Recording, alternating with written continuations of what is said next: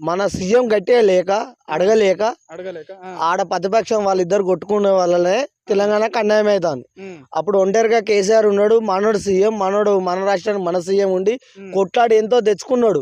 ఉమ్, కానీ ఇప్పుడు ఇద్దరు పొత్తులు ఆడ ఇద్దరు ప్రతిపక్షం అయ్యే వరకు కొట్టుకొని ఉమ్, ఇటు అడగలేక అడగలేక అటు కాంగ్రెస్ ఇటు బీజేపీ ప్రతిపక్షం అయిపోయింది ఆడ కేంద్రంలో. ఉమ్, అప్పుడు కేసీఆర్ ఉన్నప్పుడు మన సీఎం మన రాష్ట్రం మన సీఎం అడకచ్చుకున్నాడు ఎంతో. ఉమ్, ఈయనకు తెచ్చే దమ్ము లేదు, తేలేడు, ఉమ్, అడగలేడు. ఉమ్, ఆడ ప్రతిపక్షం అవుతుంది, ఆయన ఇయ్యాడు, ఉమ్, ఈయన అడగడు గంతే. ఉమ్, కేసీఆర్ ఉంటే ఒంటరిగా మన సీఎం కాబట్టి మన రాష్ట్రానికి ఒక్కడే సీఎం, ఢిల్లీకి పోడు అడగడు. ఈయన కొట్లాడి తెచ్చుకున్న తెలంగాణ కొట్టనాడు పని చేసుకున్నాడు. అప్పుడు ఈయన చేయలేడు, రేవంత్ రెడ్డి చేయలేడు.